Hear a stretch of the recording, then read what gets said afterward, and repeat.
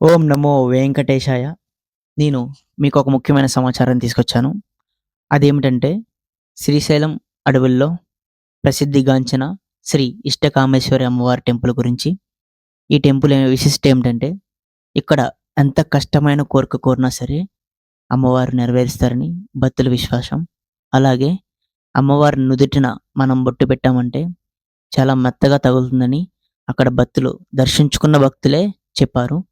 ఇలాంటి గుడికి చాలామంది భక్తులు ప్రతి సంవత్సరం కూడా వేలాదిగా వెళ్ళి అమ్మవారిని దర్శించుకుంటారు.